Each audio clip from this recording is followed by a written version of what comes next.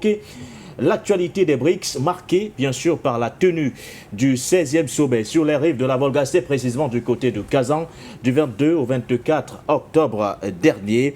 Que faut-il retenir de façon globale donc de ce sommet qualifié d'historique par certains observateurs d'événements diplomatiques par le Kremlin? Que faut-il attendre de l'intégration de certains nouveaux pays africains en tant que membres partenaires, à l'instar notamment du Nigeria, de l'Algérie ou encore de l'Ouganda, qui rejoignent ainsi par la même occasion la Turquie, l'Indonésie ou encore la Biélorussie. Plusieurs autres pays, on le rappelle, ont intégré, mais en tant que membres partenaires, pas en tant que membres à part entière des BRICS. Les BRICS Plus en général et la Fédération de Russie en particulier vont-ils diversifier leurs relations de coopération avec les États du continent africain en dépassant le simple aspect militaire? Voilà autant de questions que nous mettons sur la table. Un premier tour de table rapide. Monsieur Anatole Albert ici. Tout d'abord, pour démarrer, que faut-il retenir de façon générale de ce rendez-vous qui a vu la participation, une fois de plus, de plusieurs délégations africaines? On a suivi les discours du président Denis Sassou Nguesso, présent de ce côté, qui représentait notamment son pays, la République du Congo. Mais à côté, c'était tout de même le premier sommet avec les nouveaux pays africains ayant adhéré jusqu'ici au groupe des BRICS. L'Égypte avec le président Abdel Fattah al-Sisi, l'Éthiopie avec le Premier ministre Abiy Ahmed, entre autres, également présents donc de ce côté, aux côtés désormais de l'Afrique du Sud. Dans la déclaration conjointe rendue publique à cet effet, nous avons par exemple appris que les BRICS aujourd'hui privilégient le principe de problème africain, solution africaine. Les BRICS, dans cette déclaration, ont souligné les dangers liés notamment à l'instabilité dans les régions du Proche-Orient et de l'Afrique du Nord. Les BRICS saluent étrangement l'apport de l'Union africaine qui joue un rôle essentiel dans la prévention, la gestion et la résolution des conflits en Afrique. Anatole Albert ici. Trois choses à dire. Allez-y. La première, c'est que, une fois de plus, l'Afrique s'est illustrée par ses divisions. Par ses divisions. Au niveau des instances internationales. De quelle façon dans ce sommet des BRICS? Et la cacophonie habituelle, pas de convergence manifestement d'intérêt, pas de convergence de vues, des voix discordantes, parce que de ce point de vue, lorsqu'on parle, n'est-ce pas, de l'alignement dans un bloc qui s'appelle les BRICS, oui, il me semble que l'Afrique devrait parler d'une seule voix autour de ce que vous appelez l'Union africaine, que je n'ai jamais pris en compte lorsque nous parlons de choses sérieuses. Je répète ça sur ce plateau. Lorsque nous parlons de choses sérieuses, il faut franchement, nous allons franchement écarter l'Union africaine. La seconde chose, c'est que, naturellement, pour me référer à la formulation de votre thème, oui, ce ne sont pas les BRICS qui doivent sortir l'Afrique du néocolonialisme, ce sont les Africains qui doivent se sortir, n'est-ce pas, du néocolonialisme, de l'embrigadement impérialiste dans lequel, n'est-ce pas, les pays africains sont enfermés contre leur volonté naturellement. Oui. Donc, mais sont-ils réellement dans cette posture, celle de vouloir sortir de ce néocolonialisme? Certains États, oui. Peut-être sans l'apport des BRICS plus, comme vous le dites. Certains États, oui.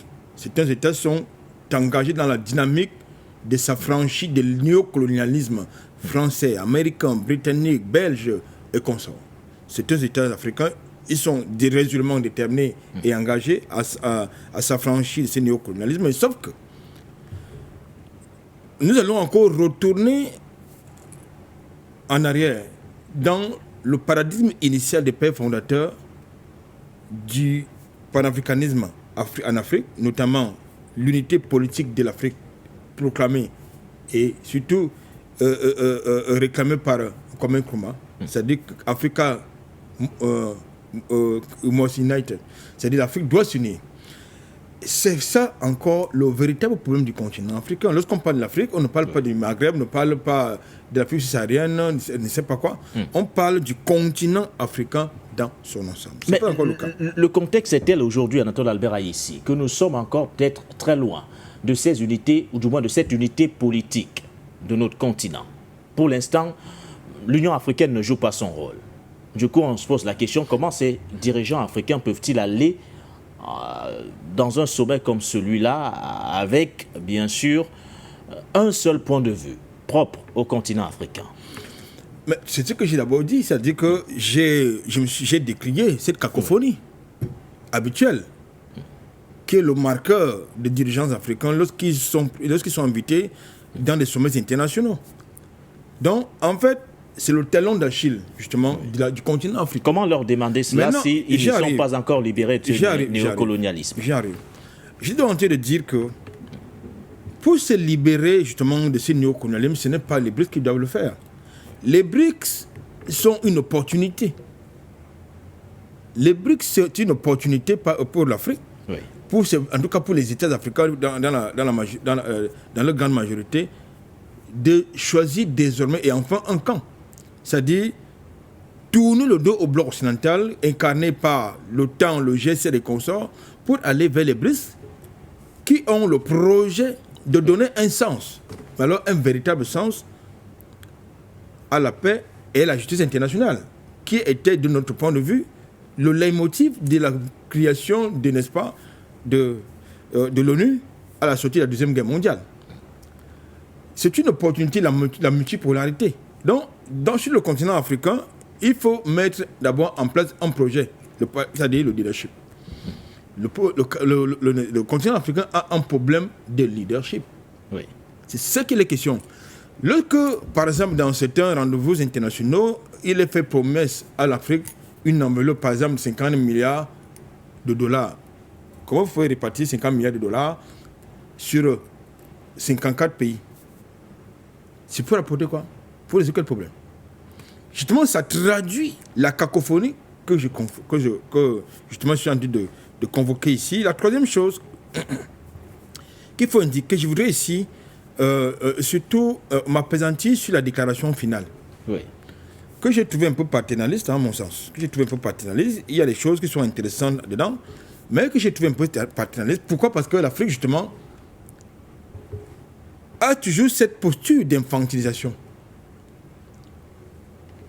Et là, j'ai le sentiment que quel que soit le bloc qui va se mettre en place, j'ai le sentiment que l'Afrique sera toujours absente. On rappelle rapidement certains points clés de cette déclaration conjointe rendue publique le 23 octobre dernier par les dirigeants des BRICS. Tout à l'heure, je le rappelais, le principe de problèmes africains aux solutions africaines qui doit, selon les BRICS, servir de base de résolution de conflits sur le continent africain. La déclaration qui a souligné les dangers d'instabilité dans la région du Proche-Orient, mais également de l'Afrique du Nord. Les BRICS qui saluent le rôle de l'Union africaine, un rôle essentiel dans la prévention, la gestion et la résolution des conflits sur le continent. Les activités antiterroristes des pays de la Corne de l'Afrique et du Sahel sont très appréciées par le bloc des BRICS. Les BRICS+, qui préconisent la création d'une plateforme informelle de coopération des BRICS avec notamment la particularité, ou du moins la participation des pays africains producteurs de diamants. Enfin, la déclaration appelle à une participation plus active des pays moins avancés, en particulier ceux d'Afrique, aux processus mondiaux. Anatole Albert ici. Bon, je ne suis pas particulièrement d'accord. Vous savez, comme vous et moi, nous savons que l'Union africaine n'a jamais résolu aucun conflit sur le continent africain. Mais ne sommes-nous pas dans du politiquement correct? Non. Question de ne pas froisser, par exemple, le président Ould Ghazouani qui a fait le déplacement pour Kazan. Mais pourquoi est-ce qu'il faut qu'on lui dise la vérité? On doit pouvoir lui faire comprendre que l'Union africaine a été, j'ai envie de dire, complaisante. A été complaisante dans l'agression de certaines puissances étrangères des États africains. Quels conflits ont été résolus par l'Union africaine? Je ne trouve aucune. Je ne vois pas. J'ai en mémoire la destruction de la Libye par des puissances étrangères en 2011. Je vois la déportation de Laurent Gbagbo, président de la Côte d'Ivoire, en 2011, sur la bannière de l'Union africaine, puisqu'il y avait un acteur majeur qui a validé cette déportation. Je crois que c'est Jean Ping qui siégeait comme président de la Commission de l'Union africaine. On va au Nigeria. Nous avons Boko Haram qui continue de sévir. On ne voit pas à quel niveau l'Union africaine a joué un rôle majeur. Yaya Jammeh a été débarqué du côté de la Gambie, on ne sait pas trop bien quel rôle l'Union africaine a joué. On va du côté du Sahel, nous avons l'Union africaine qui a été taiseuse dans les projets d'agression du Niger par une puissance étrangère avec la collaboration des pays frontaliers au Niger. On ne sait pas trop bien pourquoi est-ce que l'Union africaine s'est tuée là-dessus. Il y a plein d'exemples comme ça qu'on peut prendre à profusion. Donc du coup, vous avez des problèmes avec cette déclaration conjointe? Non, j'ai pas. Il y a des points qui sont intéressants, qui sont objectifs, mais il y a des points qui sont contestables. Oui. C'est pourquoi vous dénoncez cette approche qui, pour vous, semble être paternaliste. Non, ce qui est important, c'est est-ce que les dirigeants africains sont capables de s'approprier le contenu de ces déclarations finales? C'est ça qui est la question. Parce que lorsque la Russie réunit pour une première fois une vingtaine d'États, des dirigeants africains, autour de la Russie, autour de Vladimir Poutine, que c'est un média, c'est un contempteur, prétend être isolé, je crois que ça veut dire qu'il y a quelque chose d'important. Je voulais quand même vous rappeler, je passe sur le compteur d'un économiste sur le plateau. Le continent africain, c'est 30 millions de kilomètres carrés. Les BRICS, par exemple, je crois que c'est 30%, 40% de la population mondiale, 30% du PIB, je crois, entre autres.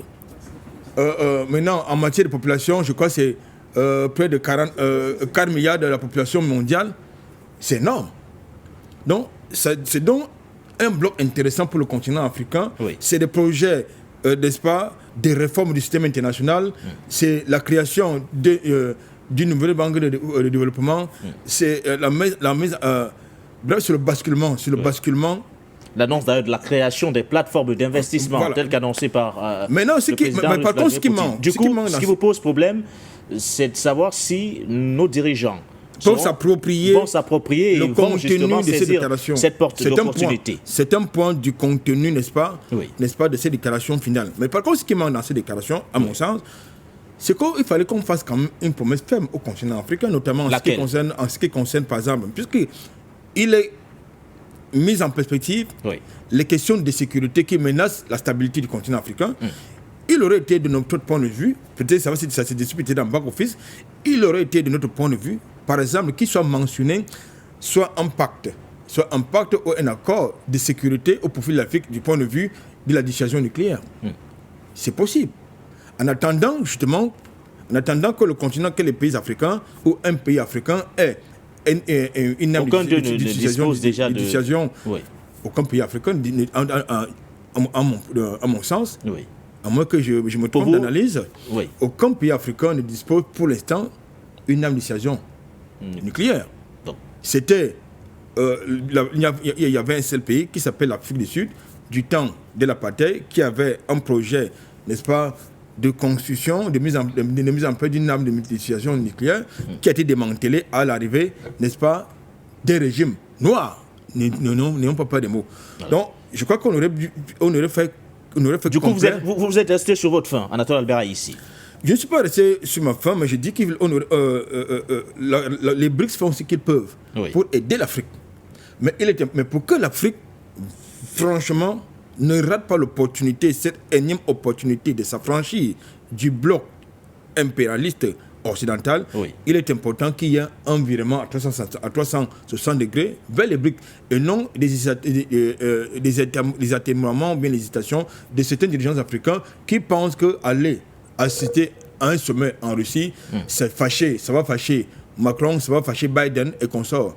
Je pense que dans le contexte actuel, il faut choisir son camp. Voilà. Merci à vous, Anatole Alberaï. Ici, dans quelques instants, Dr Ndouma, nous reviendrons avec vous sur les aspects financiers, voire économiques, puisque, répondant à une question de la directrice des médias du groupe For You Media Africa, le président Vladimir Poutine est revenu sur cette nouvelle forme de coopération que les BRICS Plus vont donc implémenter aux côtés des pays africains, dépassant le simple cadre, ou du moins le simple aspect des relations militaires. Mais de façon plus générale, de votre regard, Dr Ndouma, avec cette participation massive des délégations africaines, voire des dirigeants africains, peut-on affirmer sans embâche que l'Afrique a définitivement choisi son camp? qu'elle a basculé vers, vers cette multipolarisation du monde? Ou alors avez-vous l'impression que certains dirigeants y vont parce qu'ils sont à la recherche d'une sorte de pérennisation de leur pouvoir? Parce que quand on dira, par exemple, qu'ils se sont rapprochés de la Fédération de Russie, cela viendrait un tout petit peu contenter leur population. Bon, je sais que nous sommes nostalgiques d'une grande unité africaine. Oui. Malheureusement, la quasi-totalité des dirigeants africains n'a pas encore réalisé qu'il est temps de pouvoir s'affranchir. C'est pour ça que quand nous parlons de l'Afrique, alors qu'on parle de différents États qui postulent, n'est-ce pas, pour devenir membre d'un autre pôle géopolitique mondial, je suis un peu gêné parce que nous globalisons alors qu'en réalité, nous savons que c'est trois aladis. Même si on assimilait l'Afrique à l'Union africaine, si l'ONU est un machin, l'Union africaine, qui est la fille de l'ONU, de l'Union européenne, est aussi un machin. Donc, nous le savons, d'abord à partir du financement. C'est eux qui financent. Celui qui te finance est ton patron. Donc, nous n'attendons rien de l'Union africaine. Parce que de deux choses l'une. Soit on commence à la base pour construire, comme l'Union européenne l'a fait, et nous a montré que c'est un concept qui a échoué. Soit on part du sommet pour descendre à la base en construisant aussi. Mais vous vous souvenez que l'Union africaine est née parce que l'Union européenne fonctionnait déjà et tout, et il fallait donc qu'on donne l'impression que nous évoluons aussi. Et d'ailleurs, ce sont ces Occidentaux-là qui ont encore poussé le bouchon pour que l'Union africaine soit ce qu'elle est aujourd'hui. Donc, je ne voudrais pas parler de l'Union africaine. Ouais. Je pense que le 16e sommet des BRICS est plus qu'une opportunité. C'est un tournant décisif dans les transformations internationales tous azimuts. J'ai suivi beaucoup d'analystes, y compris des confrères occidentaux. Oui. Même si les médias mainstream, notamment surtout en France, n'ont pas voulu en parler, comme si ne pas parler de ça va faire en sorte que ce qui s'est passé... Voilà. Donc, un peu la politique de l'autruche. Si on n'en parle pas, donc rien ne s'est passé. Mais ils ont tout faux. C'est quand même le 16e sommet. Oui. Et donc... le premier sous la formule BRICS. Et en plus, sous la formule, le tout premier sommet sous la formule BRICS+, 9 pays, on allait dire 10, mais l'Arabie Saoudite n'a pas encore donné son accord final. Mais je pense que ça viendra. Et avec la possibilité même encore d'avoir un statut intermédiaire, une espèce d'antichambre. Oui. C'est-à-dire membre partenaire. Nous aurons l'occasion d'en parler dans quelques instants. Donc, ce sommet a été marqué, à mon avis, des temps très forts. Oui. Vraiment très forts. Une très forte mobilisation, que ce soit en termes de peuplement, mais surtout en termes de décideurs mondiaux.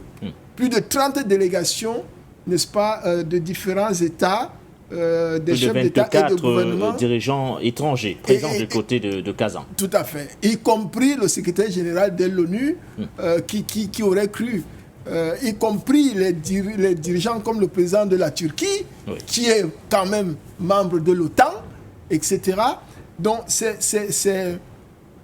il faut saluer l'avancement de ce bloc, mais surtout l'ouverture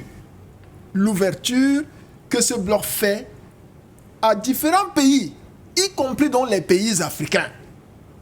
Pas au continent africain, pas à l'Union africaine, qui est créée sur le papier avec des infrastructures et des budgets qui sont financés par les impérialistes.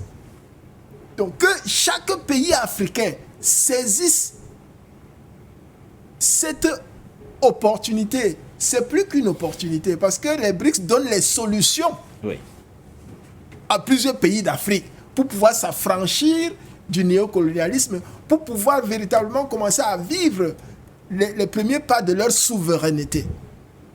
Et c'est à ce stade-là que nous avons besoin des chefs d'État audacieux, que nous avons besoin des chefs d'État comme ceux de la Confédération, n'est-ce pas, de l'AES. Parce que si vous ne pouvez pas oser quand vous dirigez votre pays, ce n'est pas quand vous allez être dans un ensemble, dans un grand ensemble, que vous allez oser comme dirigeant. Donc, qui peut le plus peut le moins, mais pas le contraire. Ouais. Donc, tous les dirigeants africains aujourd'hui qui n'ont pas le courage de prendre des décisions que les Africains souhaitent, mais soit ils dégagent le plancher, soit ils attendent que les populations africaines leur demandent de partir.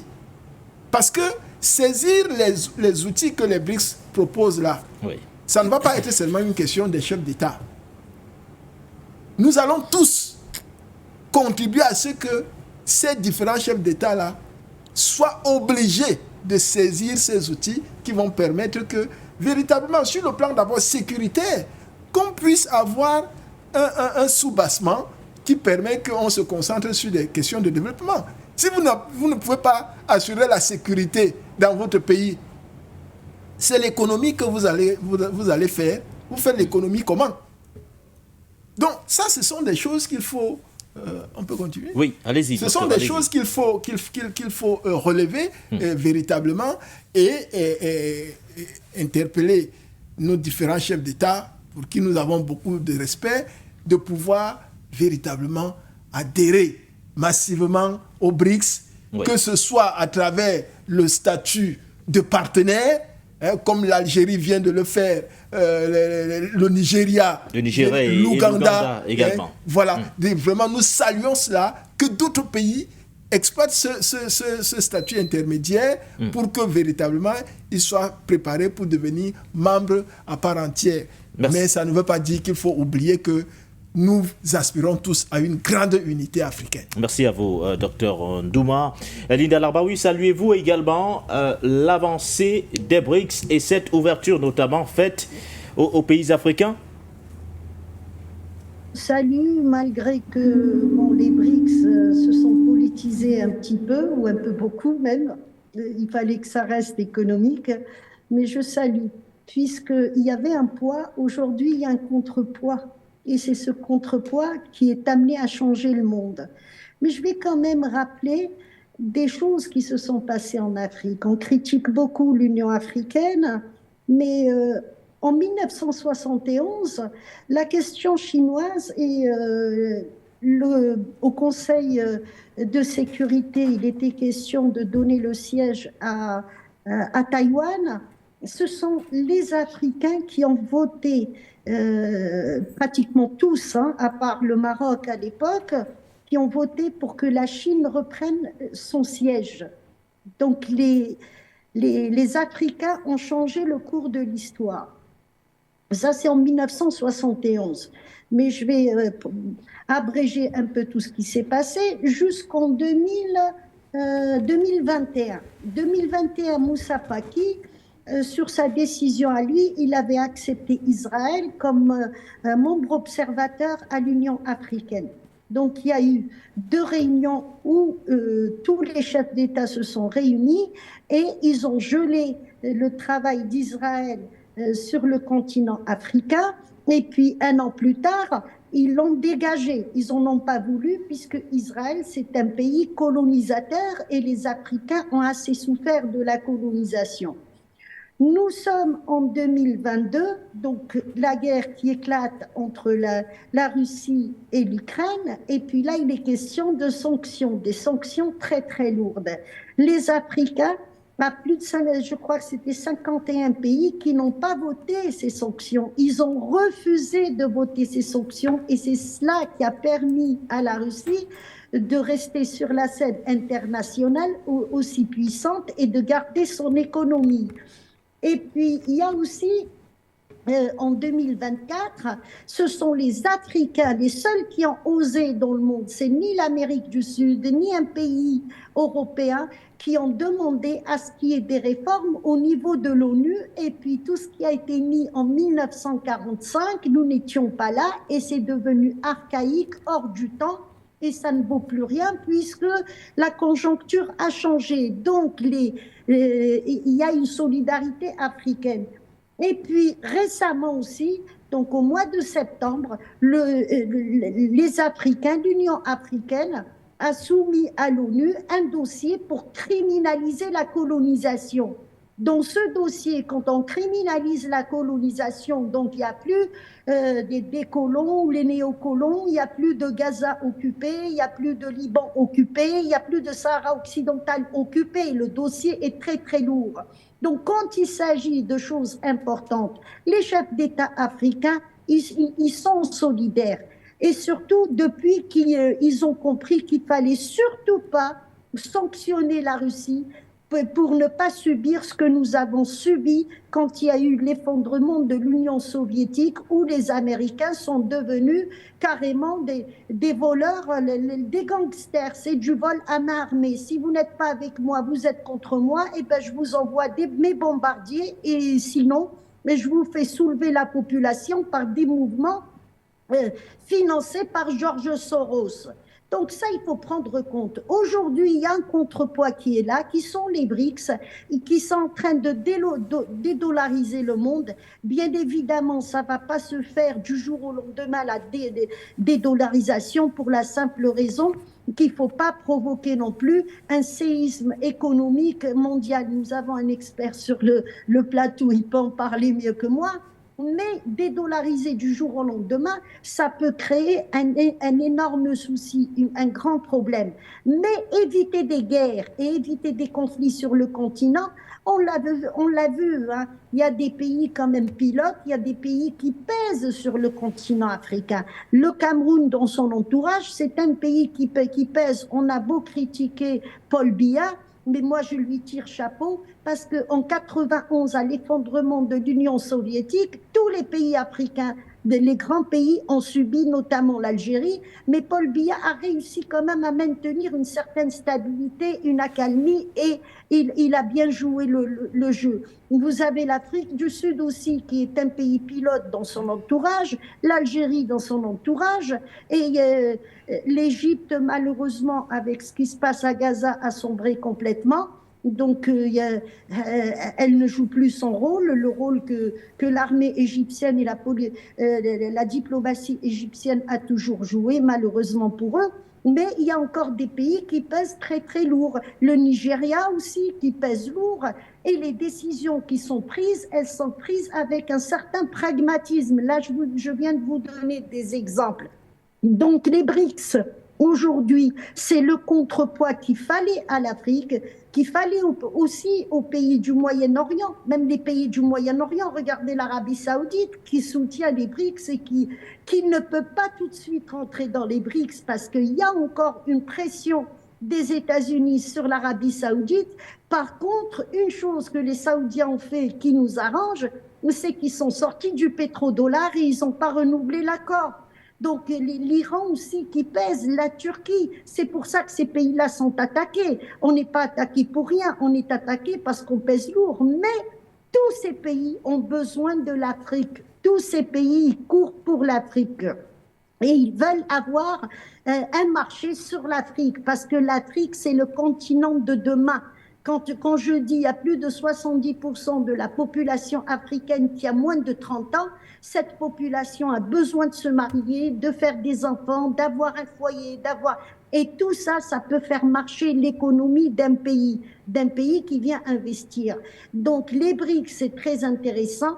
Pour le moment, il y a quelques pays qui adhèrent comme ça, mais il faut d'abord stabiliser l'intérieur d'un pays pour aller vers les BRICS, parce que les BRICS, ils ne sont pas là non plus pour se coltiner des boulets. Je parle un peu dans un langage populiste, mais c'est bien ça. Donc il faut aller vers un rétablissement des choses à l'intérieur, aussi s'intéresser sérieusement au problème du terrorisme en Afrique. On nous a ramené sortir de la propagande et des accusations tel pays, tel pays, tel pays. Ça se passe pas comme ça.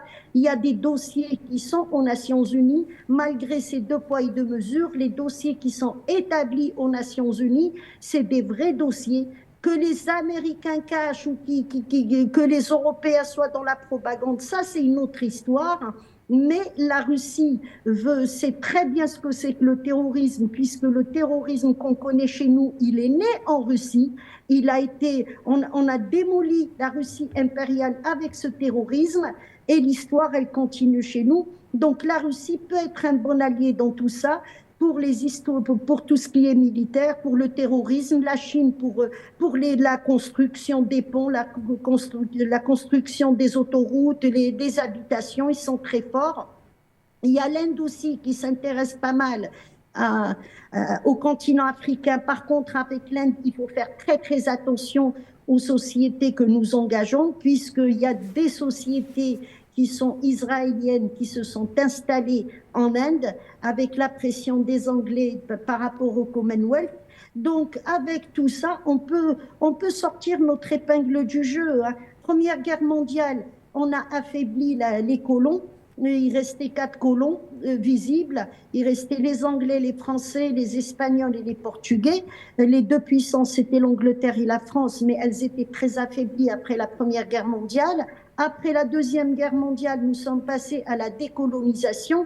Et ben aujourd'hui, nous passons à un non-N-O-N du néocolonialisme et avec des alliés qui ont une histoire et qui ont... Regardez bien dans le monde qui est en train de se dessiner. Vous avez les pays occidentaux qui n'ont pas de civilisation et qui n'ont pas d'histoire. C'est des pays très jeunes, mais vous avez à côté de cela la Russie, la Chine, l'Inde, la Perse, donc l'Iran, l'Afrique tout entière. C'est le berceau des civilisations en vérité. Donc le monde est en train de changer et les choses reprennent leur cours. C'est les véritables qui sont en train de reprendre de la puissance, et ceux qui ont construit leur civilisation sur du sang, notamment le sang africain, ils commencent à s'effondrer. Voilà. Faut-il approfondir, voire élargir les relations de coopération aujourd'hui qui lient les BRICS plus aux pays africains? La question a été posée à Vladimir Poutine, c'était en conférence de presse en marge justement de la tenue de ce 16e sommet des BRICS.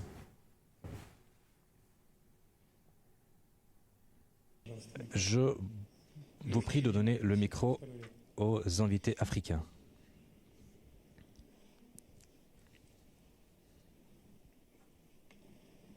Merci, Monsieur le Président. Je ne sais pas si je peux m'exprimer en français. On peut traduire en anglais si c'est possible. Est-ce qu'il y a une interprétation française? Ok, go ahead. Ok. Oui, alors, je suis Sika Ndoumbe, journaliste d'un média panafricain depuis le Cameroun, For You Media Africa. Monsieur le Président, nous revenons, mon équipe et moi, du Donbass. Et nous sommes en train de réaliser un documentaire dans le Donbass pour montrer les réalités. Et ce que nous avons vu, c'est que le Donbass déstabilisait les États africains. Monsieur le Président, on a vu la Russie également dans certains pays africains, tels que le Sahel, précisément l'AES. On a vu la Russie également en République centrafricaine, qui, après quelques mois seulement, contrairement à certains partenaires occidentaux qui ont fait des années, la situation n'a pas été stabilisée. Mais lorsque la Russie est arrivée quelques mois après, il y a eu une forme de stabilité. Là, nous sommes allés sur le terrain et nous avons vérifié, ce sont des faits. Alors, Monsieur le Président, est-ce qu'il n'est pas temps aujourd'hui pour la Russie, au sortir également d'un grand sommet du genre en parlant des BRICS, pour la Russie d'approfondir et d'élargir également ce type de partenariat, non seulement militaire, mais aller encore un peu plus en profondeur avec les États africains?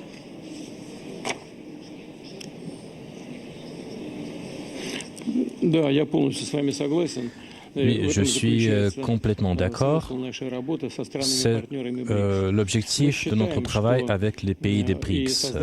Nous considérons que la création de plateformes d'investissement au sein des BRICS consiste l'objectif de notre travail, et nous considérons que dans un avenir proche, j'en ai parlé à mes collègues, nous finalisons ces processus. J'ai déjà parlé à mes collègues que selon les experts, les économies de tels pays, des pays tels que la Russie, l'Arabie Saoudite et d'autres pays, que l'économie de ces pays vont se développer avec un bon rythme, qu'il y aura une croissance positive, mais il y a des régions du monde où, à notre avis, la croissance va se dérouler avec un très bon rythme. Il s'agit principalement des pays d'Afrique. Et c'est pourquoi, au sein des BRICS, nous nous sommes mis l'objectif de créer des plateformes d'investissement avec l'utilisation d'outils numériques modernes. Et pour créer un tel système, et nous pouvons le faire, et nous voulions justement créer une ambiance pour les investissements dans cette partie du monde, et notamment je pense ici à l'Afrique. Pourquoi nous le faisons? Je pense que beaucoup seront d'accord. Il y a plusieurs raisons. Premièrement, dans ces pays, il y a une grande augmentation de la population. En Afrique, j'ai parlé hier au Premier ministre indien.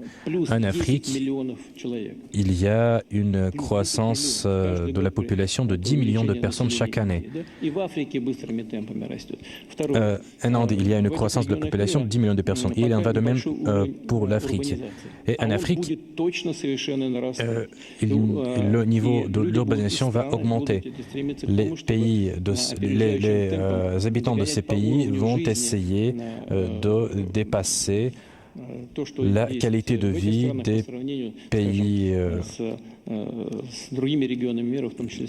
pays, disons, européens. Et tout cela, et d'autres facteurs également, tout cela indique que, et bien sûr, il y aura une accumulation des capitaux, et tout cela montre qu'il faut prêter une importance particulière à ces régions-là.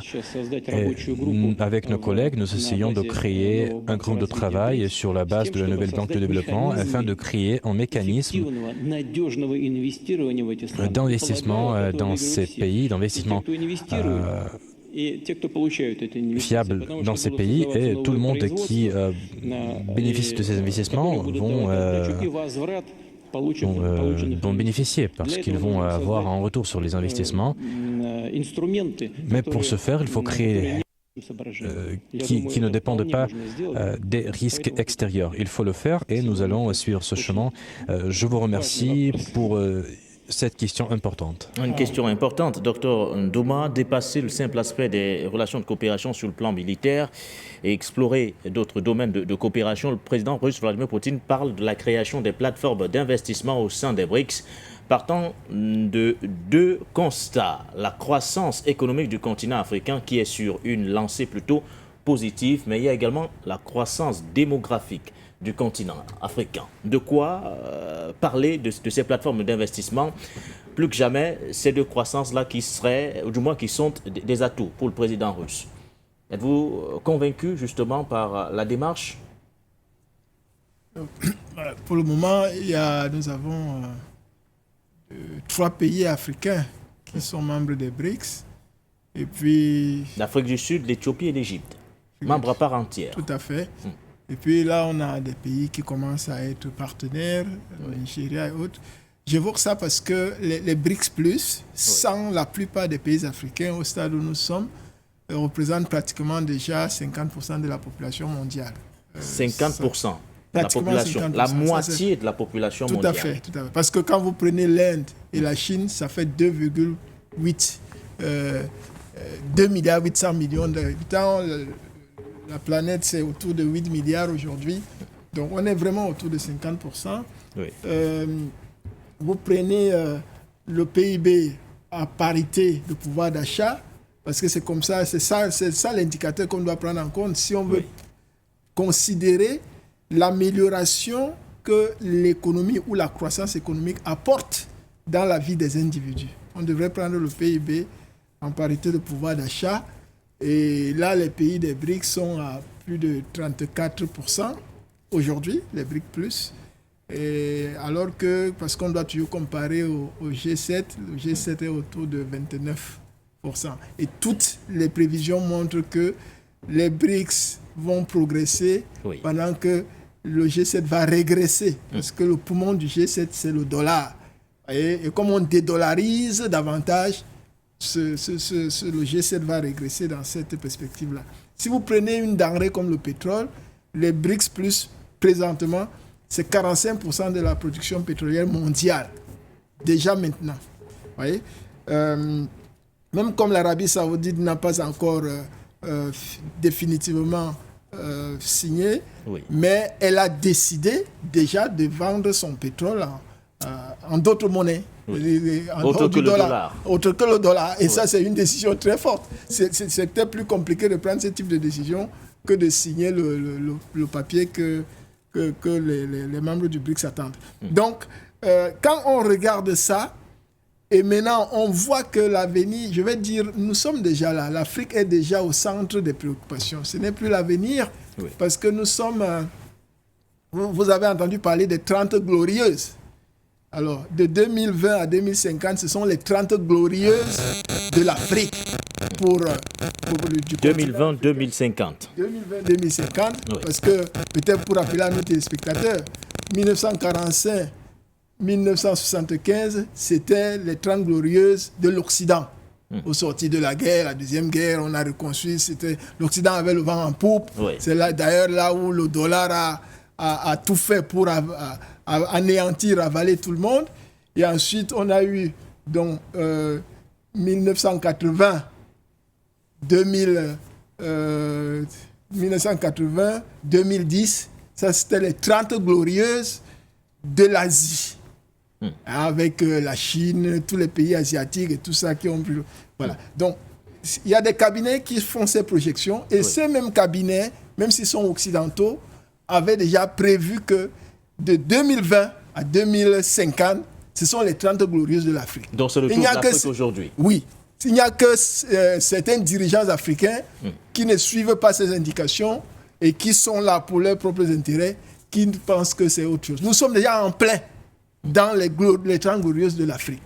Et il y a tout ce qu'il y a pour que nous puissions véritablement le faire. Donc, du coup, il faudrait que les BRICS aujourd'hui élargissent leurs relations de coopération. Oui, je pense que l'élargissement même vers les pays africains, le président Poutine a été suffisamment clair.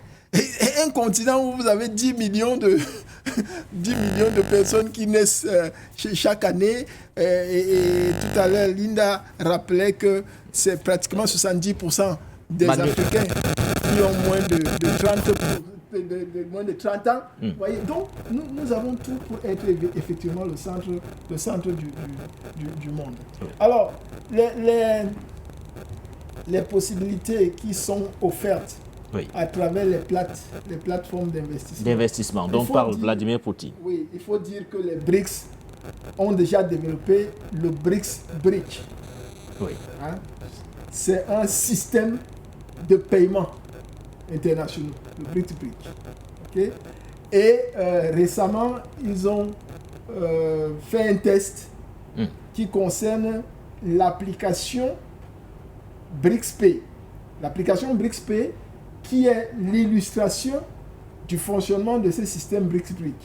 Parce qu'avec le BRICS Pay comme application, vous allez pouvoir désormais faire vos transactions, que ce soit comme État ou même comme particulier, mais c'est parce que ça va forcément s'élargir sur des particuliers.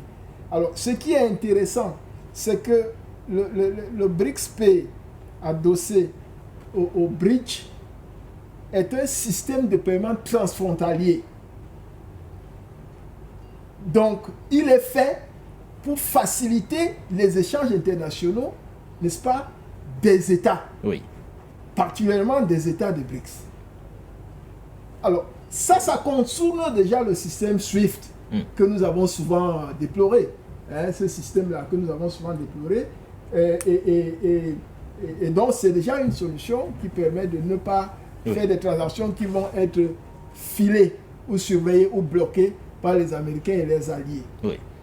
Il y a justement ce BRICS Bridge que vous évoquez, revenant justement sur ces systèmes de paiement pour renforcer cette indépendance financière. Il y a le BRICS Clear également qui a été développé, ce système de dépôt et de règlement indépendant pour les membres du groupe en question. Il y a le BRICS Pay, le service de paiement sans espèces permettant l'utilisation des cartes Mastercard, Visa ou encore MIR à l'échelle internationale. Voilà les trois systèmes développés justement par les Aussi BRICS. brillant que vous êtes, voyez, ça permet à nos téléspectateurs de savoir que les choses sont déjà suffisamment avancées. Ouais. Parce que quand les médias mainstream tiennent le langage, on banalise, ça ce sont des résultats des projets qui ont été menés pendant des années. Pendant des années. La Chine est au centre de ces développements-là. Mais elle n'en parle pas. Sur le plan du leadership politique, géopolitique, c'est la Russie qui est au front. Mais donc, vous voyez que les solutions sont là. Oui. Quand le président Poutine parle des plateformes d'investissement, c'est parce que tout ça est déjà prêt. Tout ça est prêt. Alors, maintenant, vous devez savoir que les avantages que ce système offre, parmi les avantages, j'ai parlé des transactions transfrontalières. Parce qu'on connaît les difficultés qu'il y a à faire une opération d'un pays à un autre dans le système classique, le système de Bretton Woods. Hein? Si vous êtes au Cameroun, vous voulez envoyer 10 millions de la monnaie que je ne vais pas citer là. Si vous voulez l'envoyer, par exemple, mais puisqu'on va la convertir de toutes les façons, même si c'est en France, vous allez voir ce qu'on va vous exiger pour qu'éventuellement ça puisse se faire. Mais je peux déjà vous dire que si vous n'êtes même pas un homme d'affaires, vous ne pourrez même pas y arriver. Donc, il y a des facilités qui sont données dans le système.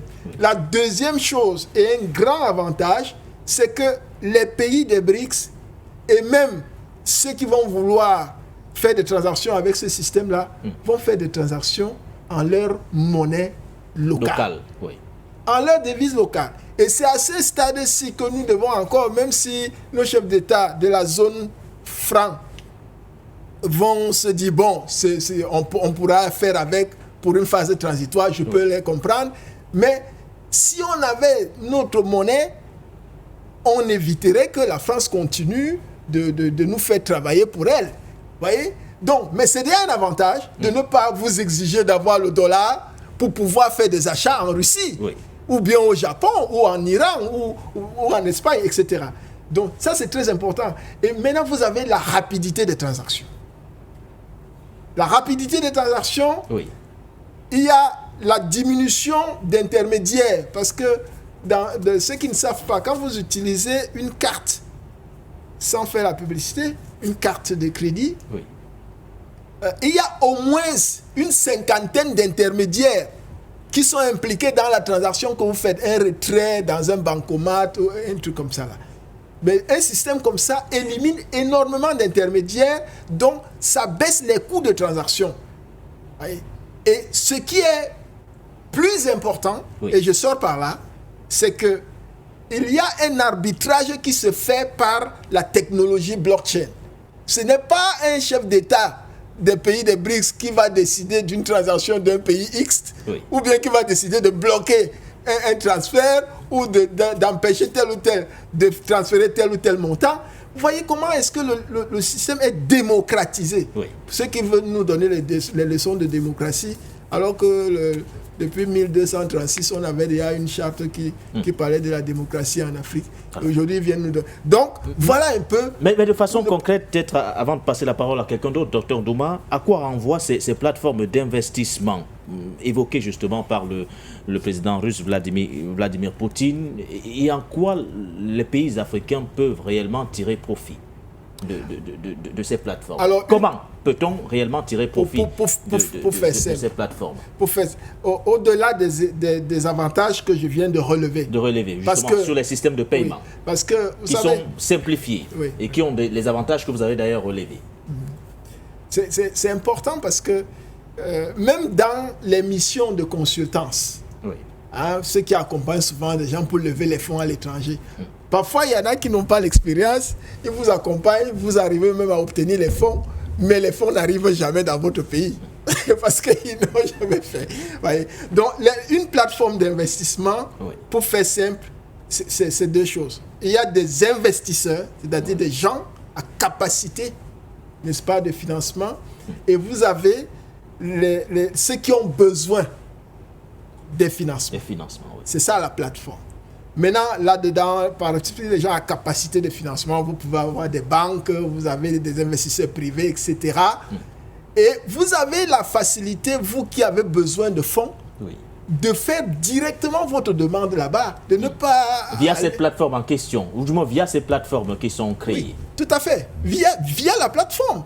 Vous sollicitez des financements et vous avez de l'autre côté plusieurs options pour vous proposer des financements. C'est-à-dire que la sollicitation du financement est devenue compétitive. Vous voyez, vous avez le choix en fait. Vous avez le choix. Quand vous avez sollicité le financement, vous avez le choix. Parce que vous aurez plusieurs propositions au sein de cette plateforme-là. Vous pouvez aller à la banque, vous dites que non, je ne veux pas ce crédit, je veux plutôt ce type de crédit. Non, ce n'est pas possible. Mais là, vous avez la possibilité donc de lever des fonds. Premièrement, sans passer par les institutions de Bretton Woods. Nous savons qu'il y a le fonds de misère instantané. Et puis son grand frère, la banque, n'est-ce pas? Voilà, la banque mondialiste. Donc, ça, vous n'avez plus besoin de passer par eux. Ils vont chercher simplement à imposer ce qu'ils ont à imposer, mais en démocratisant un peu. Ils vont assouplir leurs conditions, mais ça ne va pas empêcher que nos États particulièrement, qui ont besoin de financement, même si il y a d'autres avantages que je vais aborder si vous me redonnez la parole tout à l'heure, qui ont besoin de financement doivent exploiter ces plateformes d'investissement. Ça, c'est très important parce que ce n'est que par là qu'ils vont assouplir leur misère, qui sont liées à l'endettement, à n'en plus finir, et aux conditions qui les soumettent à des choses qui n'ont rien à voir avec les financements. En gros, ce sont des véritables alternatives aux institutions de Bretton Woods. Ce sont des véritables alternatives disruptives du système monétaire international classique. Voilà. On comprend pourquoi vous disiez, vous releviez tout à l'heure, Anatole Albert, ici, que nous avons une fenêtre d'opportunité. C'est à nous de la saisir. On va afficher les codes d'accès au même moment. Oui, tout à fait. Vous savez, ce que Dr Ndouma dit, c'est compréhensible, très compréhensible, mais même très pertinent dans un système de production. Mais si vous êtes dans un environnement où il n'existe pas un système de production, on ne pourra pas capter justement ces avantages. C'est ça qui est la question, puisque la plupart des économies des États africains sont des économies de consommation. Ça nous rappelle un peu le système mafieux de l'AGUA. Le système américain qui a été proposé aux États africains. Un système de chantage, parce qu'à chaque fois... Bien évidemment, c'était devenu un instrument, c'était devenu une arme géopolitique, bien évidemment, une arme de chantage géopolitique. Vous avez beaucoup, il y a eu beaucoup de demandes dans ce système, n'est-ce pas, à partir des États-Unis, où vous aviez justement des demandes de ce côté-là. Mais sur le continent africain, il y avait très peu d'offres. Il faut non, parce que c'est ça la réalité. Parce que tout à l'heure, je disais que nous avons la possibilité, c'est une opportunité majeure. Mais dans le système actuel, néocolonial, je parle du système économique, le type de production qui n'existe pas pour certains pays, en tout cas pour la plupart des pays, ce sera très compliqué. C'est très compliqué justement de capter cela. C'est donc ça, en fait, c'est un peu ça la faiblesse de l'Afrique sur ce nouveau marché qui s'offre. Parce que très souvent, il y en a qui pensent que dans le système international, ça doit être uniquement fait par la captation, j'ai envie, des offres financières ou bien des investissements. Non, il ne s'agit pas de ça. Il faut être capable également d'apporter des projets bancables.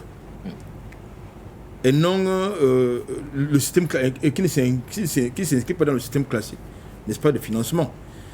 Maintenant, ce qui est important, c'est que nous puissions faire deux choses. Nous devons faire deux choses. Allez-y. Cela, ça va encore nous renvoyer dans le système éducatif.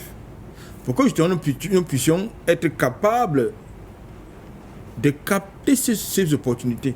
Ce qu'il faut changer justement le système éducatif, c'est-à-dire, monsieur docteur Ndouma, c'est un enseignant, soit dit en passant.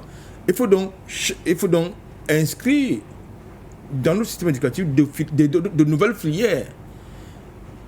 Et mettre de côté, par exemple, des filières qui vont nous parler de la philosophie, de la littérature, donc qui n'apportent aucune plus-value dans notre système économique de production pour l'avenir. La seconde chose, on va encore revenir sur ce que je disais tantôt, c'est-à-dire un bon leadership. Parce qu'il ne faut pas que l'Afrique, qui va choisir désormais un bloc précis, aille en rang dispersé. Et il faut donc mettre en place ce fameux leadership. C'est-à-dire que lorsque